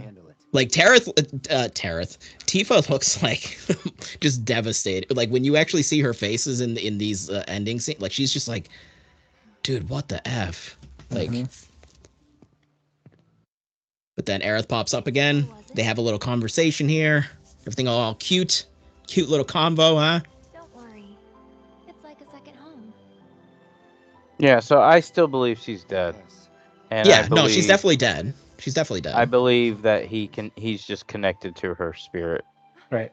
That's the vibe I got too. Then I'll send up smoke. But you see, what's odd here though? I'll keep an eye out. So, why does she say this here? You know what? I take back everything I said about Cloud. He deserves to be angry. If I had to be around Aerith all the time, I'd be angry too. Okay. Okay, Cloud. I put everything into my prayers. I'll stop Meteor. They don't like nothing has been discussed about stopping like that yet. Like they don't really know. That Like hasn't they been part of, know. that hasn't been part of this game at all up to this point. Right. So it's like, why is she saying that? Like that's a weird thing for her to say. I will stop Sephiroth. This is also weird, which we hadn't mentioned. There's moments earlier on in the game where not Tifa, Aerith is like, dude, you need to take care of yourself. There is something going on with you. You need to take care of yourself. Don't go after Sephiroth. She says, I will take care of Sephiroth. You need to take care of you. I think it might be very close to that. I'll take care of Sephiroth. You need to take care of you. So why is she like, you promise? Like acting all cheery. Oh, you're going to fight Sephiroth? You promise? Like, that's weird. Because like, why does she suddenly not give a shit about his mental state? You know? Because again, he's imagining this Aerith here, and he's the hero that's gonna go fight Sephiroth. Like, hey, I got it, Toots. Don't you worry about it, Toots. I got this. Like, you do what you need to do with your prayers. I'll go fight Sephiroth. Because she's not real. She's not there. He's imagining her. This is also very pretty, by the way. Oh yeah, I mean, the visuals were just, It's our goodbye. and the music combined were just so good. Yeah, no promises await at Journey's End. I mean, it's just another great, like, nonsensical sentence to end the game. I was like, what? Nope. What are you saying? Well, she said promise. He said, I'll fight Sephiroth. And she's like, you promise? And it's like, there's no promises to be made because... Oh, unmute. You got to unmute. I think, in my opinion, What if that whole hour that we just recorded, we don't hear Dan and the entire show's run? Well, then I'll have to cut out that trailer breakdown segment. Hey, if you just jumped to this, we had a great trailer breakdown that you couldn't hear. I'm pretty sure you could. I'm pretty sure it's recording, but if not, yeah, sorry. Whoops. Sorry, everybody. Because usually when we screen share and do audio share, anything that we're sharing with audio has come through in past recordings. Okay. Yeah. So that makes sense.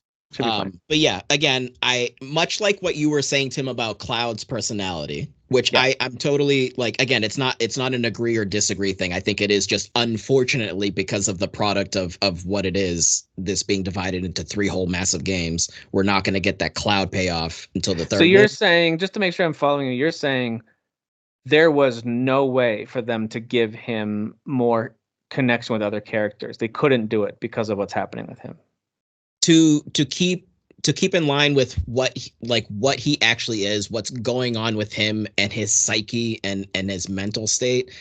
I mean, they could have, just for the sake of it, but it makes sense in the long run because of what happened, like why he is what he is, because of the experimentation that Rufus did on him, right? Because he's a soldier. He has the blue eyes. Or, he says he's... I still think they could have been... with the party, again, exclude Sephiroth in the end of the game, he could still be likable. I'm saying but more likable. It's not just Sephiroth, though. It's the Mako in him with the experimentation, which made him all effed up, tied with the events of the original. So the events of the original game. So because we're past that, so we can technically discuss this. Like I said, Zack dies in the original game. Mm-hmm. Yeah. Zack passes on his legacy, which is from Angeal in Crisis Core. He hands him the Buster Sword and says, you live on, like, carrying on this legacy here. So basically, Cloud is like an amalgamation of, like, the experimentation and his brain being poisoned from the experiments that Hojo, Jesus. Hojo, yeah. Hojo doing the experimentations on Cloud and his mind being all effed up. When Zack is trying to transport him to Midgar. So you're saying his personality was created that way? He's shattered because it's a combination of the experimentation. I get what you're saying. I still think he could be a little bit more likable with the party.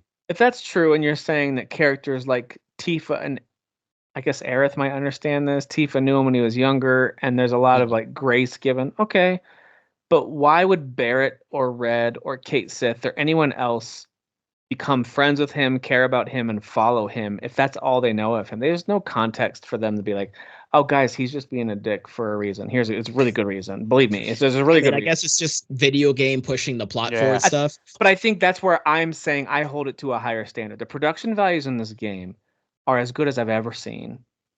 The characters and the way that like the dialogue, the voice acting is so good, and I am just expressing that I wish they would have made more efforts. Just me as a standalone game to make a clearer delineation between the Cloud who could be, and they get glimpses of it. Show me glimpses of it. I haven't seen any glimpses of a Cloud that's anything. He's not a redeemable character, and so I want to see glimpses of a redeemable Cloud, and then take it back away from me. That'd be tragic and excellent. Like even if it's just little glimpses of like that the was real what Cloud coming through, and I just didn't see it. And that's all I'm saying. I'm not saying that anything you're saying doesn't make sense. I think you're right. The third game is going to tie it up together. Yeah. I remember the broad strokes of the OG game and why Cloud is the way he is. I totally get it. But I feel like, especially in modern gaming, like show me the little glimpses of it and then take it back away. And that would be like, man, that is tragic and really well done. And instead it's just, hey, even when Cloud is Cloud, he's nothing. Like he's a non-character character. He just has cool hair and a sword. The better writing would be start him out as a cold character. They did.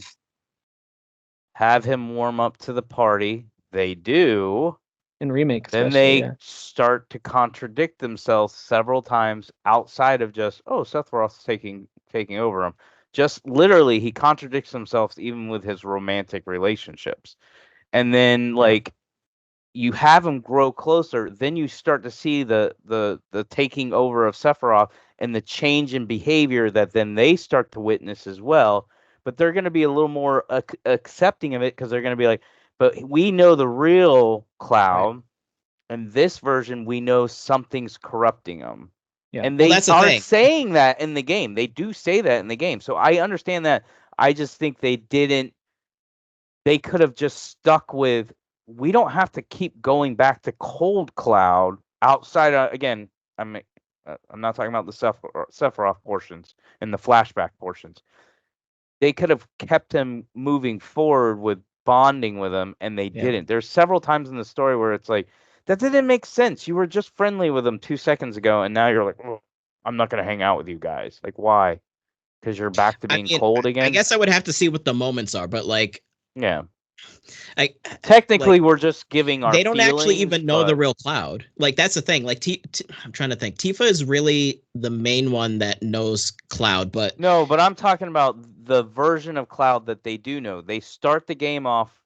Mm-hmm. Literally, his first interaction with Barrett is they don't like each other.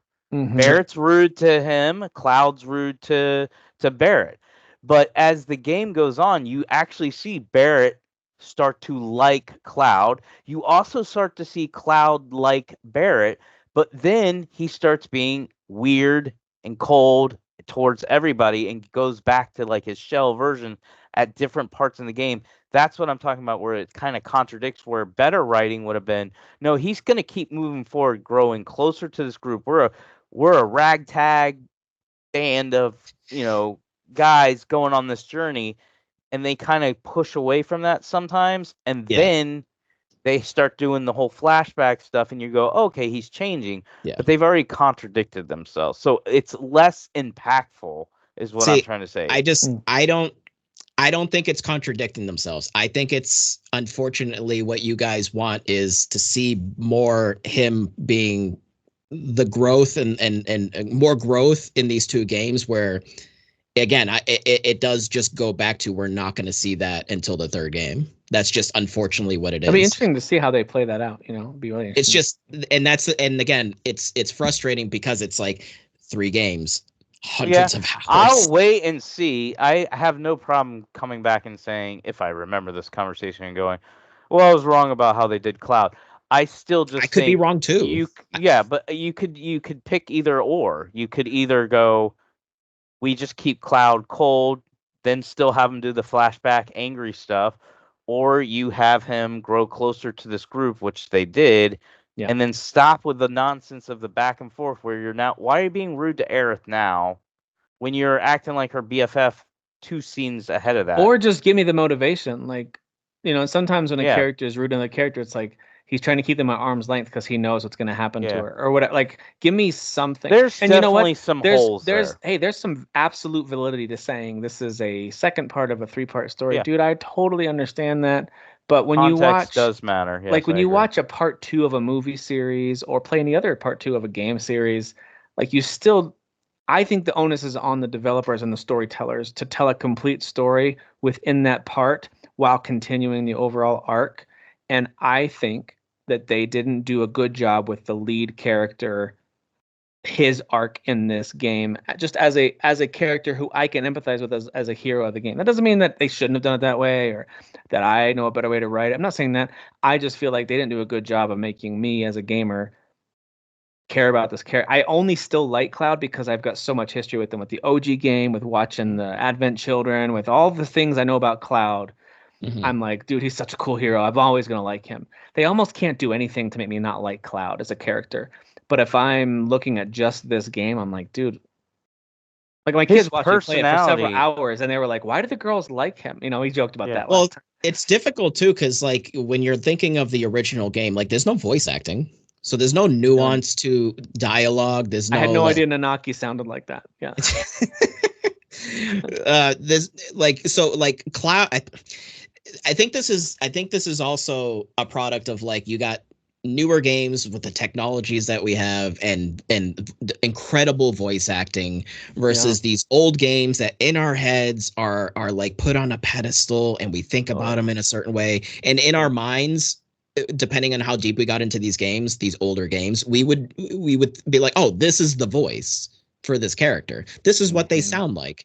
But then if they modernize it and they give it that character a voice, you're like, well, wait a minute, that's not the voice. That? Right. Yeah, that's not the voice. So it's also tricky too, because maybe in our heads, like Cloud seemed cooler back in the original one.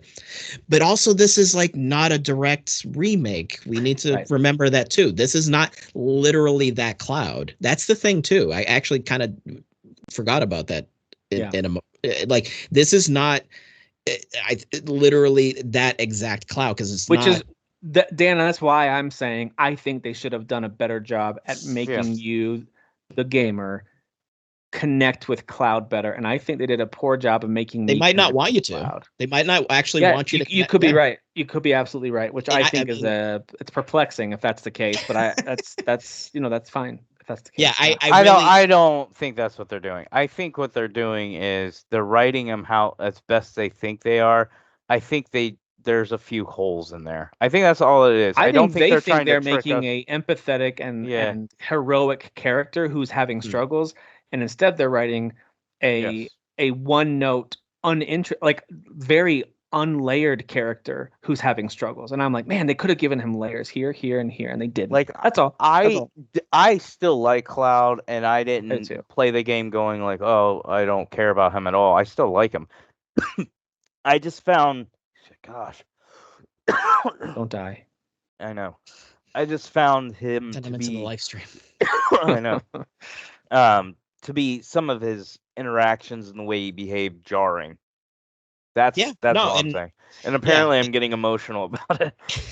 Again, it could be on purpose. It's so jarring. I don't know why he did that. It is very difficult for me as someone who has the context to look through that lens. I'm just at the assumption of in the third game, when we obviously get to that point, then there's going to be that shift where Cloud is like, all right, like his version of like, all right, guys, let's go do the thing. But it's I'll trust that I don't know. It's 3 full games in. It's like, it's hard for someone like compare him. It to though, like the Lord of the Rings, when you watch Frodo and you watch him struggle, and there's times when it's like, dude, Frodo's a villain now. Oh, okay, there's the real Frodo. There we go. Oh, wait, dude, Frodo's what do you like? Yeah. And Elijah Wood and the writing and all that. Dude, Sam, when he's mad at Sam in the third one. I know. Dude, it's heartbreaking because we already have seen so many sides of Frodo that is so caring and compassionate and loving. That is kind of what they're doing. And that makes but if sense. you think of just the Two Towers, the second movie, right? It's a whole big arc. Even in that second movie, they didn't just show Frodo being a jerk and don't worry, he'll be cool at the very end of Return of the King. No, you saw glimpses of who Frodo is really as a person, as an individual. But then, man, that ring was messing with him Yeah. like for a majority of that movie. But when you saw the glimpses come through, the filmmakers and the storytellers did a brilliant job of letting you see, hey, there's real Frodo, and they took it back away from you again. Oh, there's real Frodo, and they took it back away from you again. And I thought, and that's a comparison that just now came to mind. It's not something I've been thinking. They should make him more like Frodo, like Sephiroth. Sephiroth is. That's just a thought I just now had. That's not like I was playing this whole game thinking, why isn't he more like Frodo? That's not what I'm saying. I'm just thinking of a comparison of where it's really, really well done, and they still led up to an incredible moment in part 3 where you see the full redemption arc come full circle. But right now I'm kind of like, all right, they could make him a totally different character in part 3, but it's not like I'm not waiting for them to make Cloud go back to a version of Cloud so far that I've liked. I haven't liked Cloud at all. What we watched at the ending, we don't have to debate this anymore, but at the ending, I think it's a fun conversation, by the way. But the way he interacts with like Aerith and stuff like that, like his gentleness. Again, I'm not talking about like 9, 10, 15 hours ahead of. We're talking a couple hours ahead of that when she's alive. He's not interacting with her the same way. So that's what I'm saying. Like his character progression is more like this, but it's not being explained that, oh, dude, if you see him like this, it's Sephiroth. If you see him like this, it's because this is who Cloud is. Like he's literally. Void out Sephiroth, he's more bipolar, is what it comes across. Like, hey, I'm a loner. Nope, I'm part of the crew. Well, I'm joking around right now. Now I'm a loner. You're I'm honestly joking around. not that far off because bipolar, I don't think they explained it in this game, but Tifa's the one that knows him the most because well, they grew up in Nibelheim, but I don't think they explained it in this one. Like they're almost kind of like, oh, but they were like friends growing up, like they were good friends, and it's like it's not quite that. So without being specific, because I can't remember if they actually say it or not. I think it is going to be in the third one where they fully divulge like really the complete in and outs of their relationship. Cloud was definitely like a kid who was like shy and like, oh, those kids are over there like doing their thing, and I loved that backstory in this one.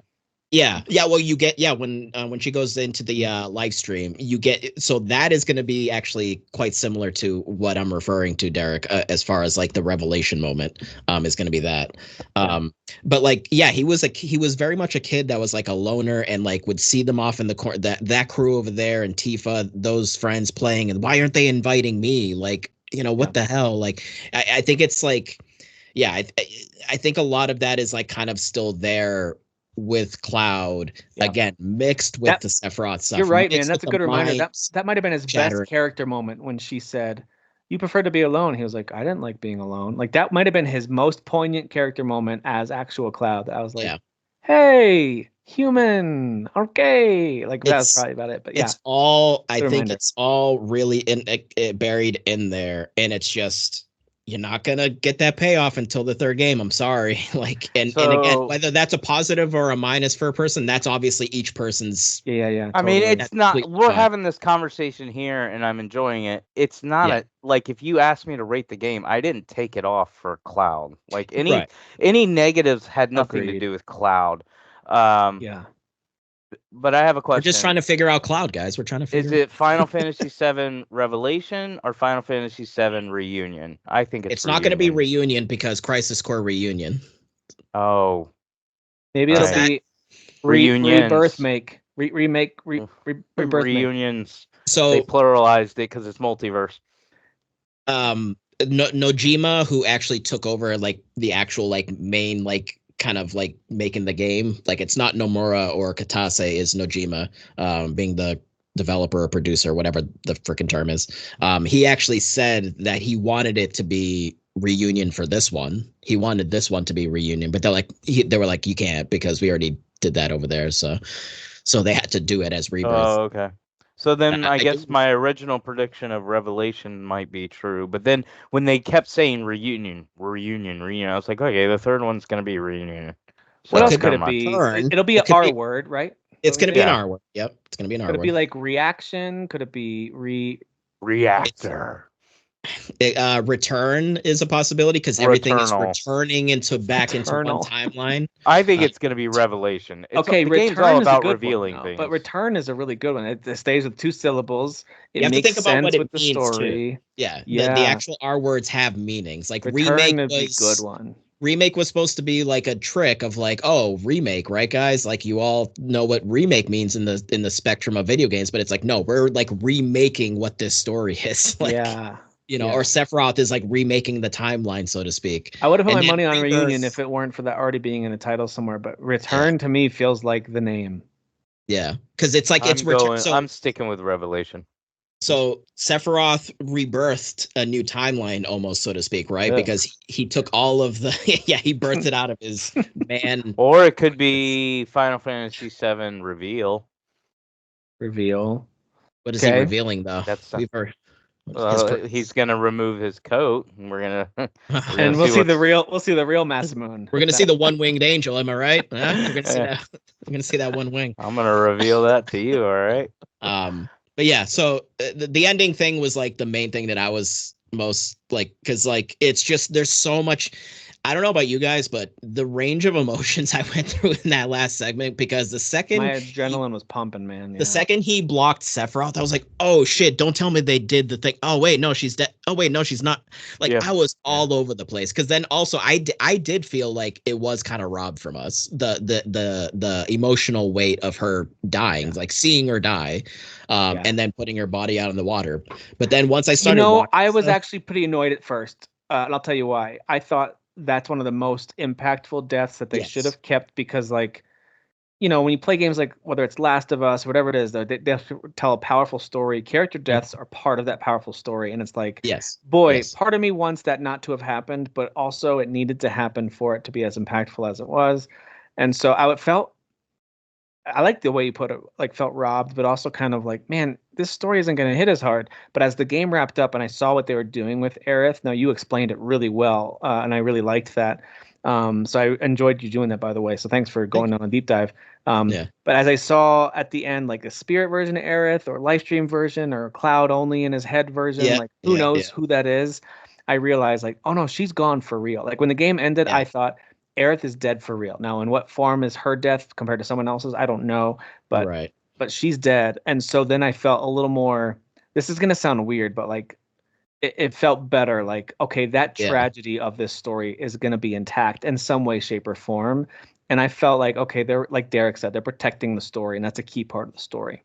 That's why in the third one, I'm really hoping that we see that moment. I wanted to hit Cloud like a freaking ton of bricks, combined with the other thing that's supposed to happen from the OG of him seeing the connections. It's gonna be Recloud. Remake, Rebirth, Recloud. Recloud? Okay. We're changing Cloud. Yeah, everything's up in the cloud. The whole game's gonna be in the cloud. Sephiroth. It'll be Re-Roth. But I really Please do hope not come to us for names, Square. We have no idea what we're doing. Listen, it's Return, all right? I'm literally Return's a good guess, man. I'm gonna put $5 on it. It's Return. I think Return's a good guess. Yeah. I hope we do see easy one. I want to see that scene. I want to see him put her body out to the water, and his mind is unraveling, and that's what I hope. So what if it's called like Reverse, and it just changes everything we think we know? Reverse. That would actually be a good one, though. You play the game backwards. You play it the whole thing backwards. You play it all the way back around. Real quick before we wrap up our spoiler chat. And first of all, anything else about the game that you experienced that you want a quick highlight, spoiler wise, before we wrap this up? But also, what was your favorite area? So, for me, it might have been Gungaga. I'm not really sure. That one stands out to me. I like that one a lot. And the one I did the least of was Cosmo Canyon. Not because I didn't like it. I just felt less. I just felt the least. The point of the story, I wanted to move on, and then also it's the one I just wanted to revisit the least. I don't know why. It's well designed. I didn't do that one as much as the others. But again, I did Junon a ton. I did Gungaga a ton. I did Grasslands a ton. I think I just got tired by the time I got to, what is that, chapter 10 or 11? Something. 11. Yeah. Nibelheim? Cosmo Canyon. 10. Cosmo Canyon is, I think, for 10? 10, because that's where So that was the one, yes, that's the one I I barely did anything. I may have done like 2 or 3 things in the open world, and I was like, you know what? I did 100% all the other ones. I'm moving on. This is like I'm ready to get feel through you, the dude. story. And I- keep in mind, for those who don't listen to my show or don't pay attention to me at all, I took a huge break. Like I got like 50 hours into the game, and then completely left it in like chapter 10 or 11 and played Rise of Ronin for 60 hours. Oh, Then jeez. came back. So when I came back, I was like, I don't want to do all this open world crap. I just did a bunch of open world Yeah, crap. you were just playing another open world game. I just want to finish the story, and I want to do a spoiler cast. So I steamrolled ahead. So to answer your question, I already said I really like, is it Gangaga or whatever? Gungaga, yeah. Gongaga. I really like that one. My other favorite, and I guess people can figure out what I like, is grasslands. So I like greens. I love greens. That's why I love Dragon's Dogma too and stuff like. I love greens areas. I just think they look the best in video games.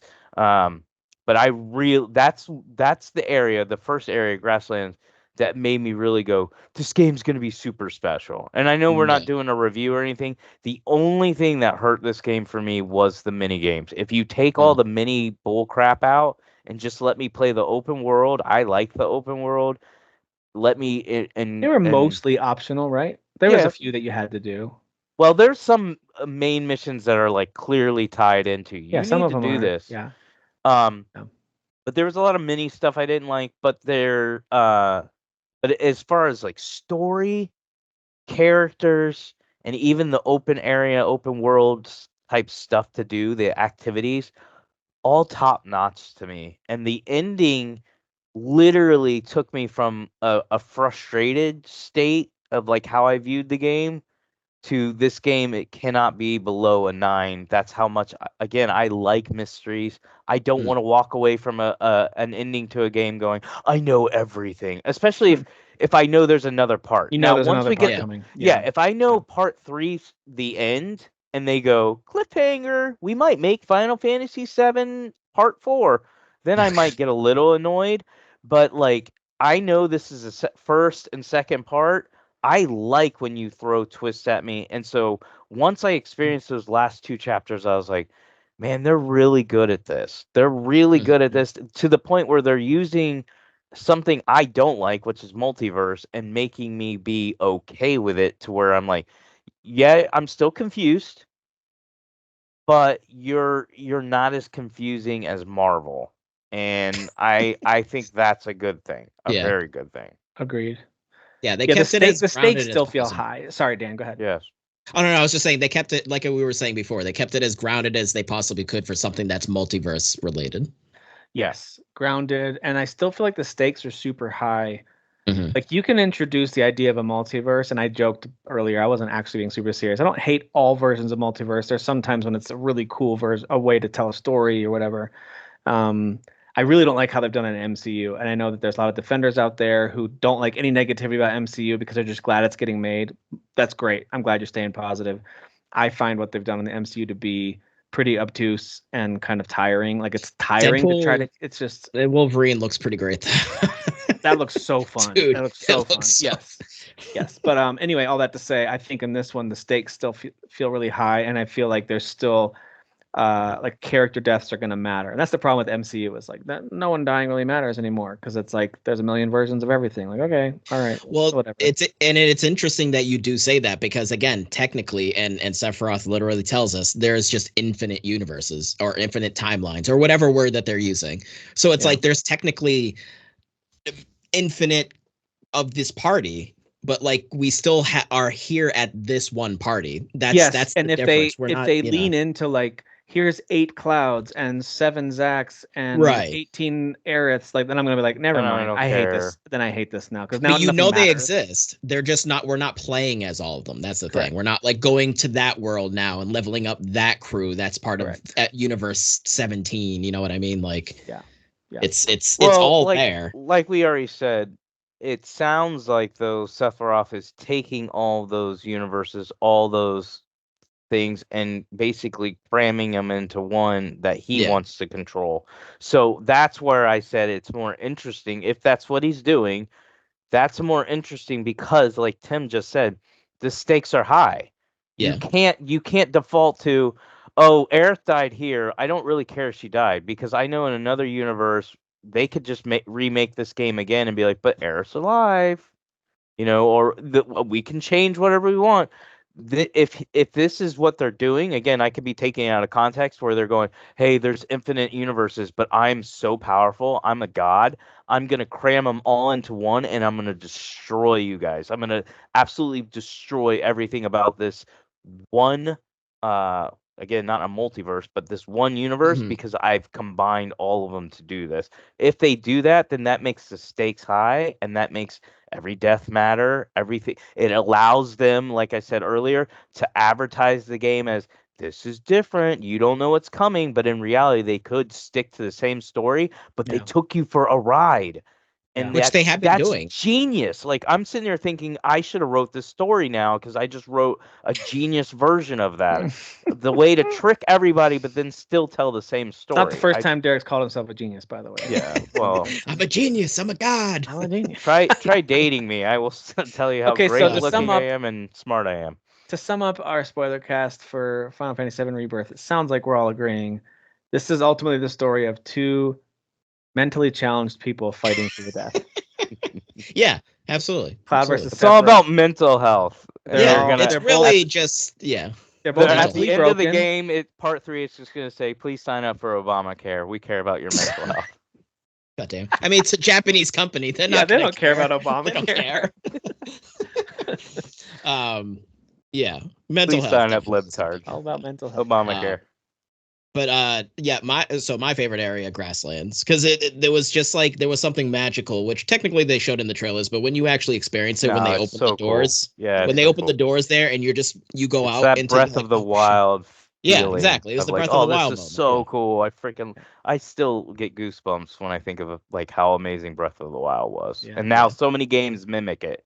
They're like, we want that feeling. Even Avatar, that game last year from Ubisoft, did it. The problem was they didn't follow it up with amazing world to explore and gameplay with it. That was the problem. And this did, and Breath of the Wild did, and man. Grasslands is awesome. Junon is awesome, and I love like there's almost like a back end to Junon. So like when you exit the cave and you go to the right, you go to Junon, but on the left, there technically should be God damn it, what is it? The place with the phoenix. Why am I suddenly forget it? Basically, you can't actually get there, but you can see it off in the distance. It's like a bird that's perched up on top of like a tower thing. God damn it, what the hell is the name of that town? I can't forget. I said Gungaga. I actually think my favorite to explore because of the ability the Chocobo has might have been Nibelheim. That was super fun to explore. Yeah.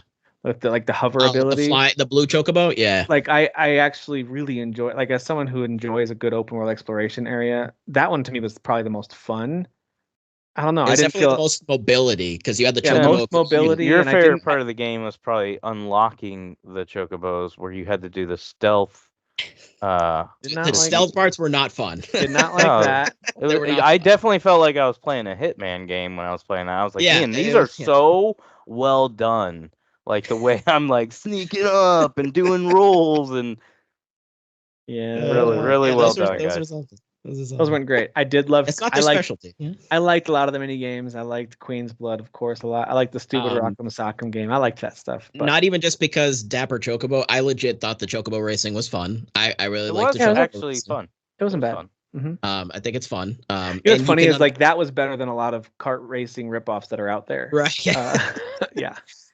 Literally definitely better than Mortal Kombat's like kart racing game that they had in like Mortal Kombat like 7 or 8. I was like, never again. This is god awful. It's terrible.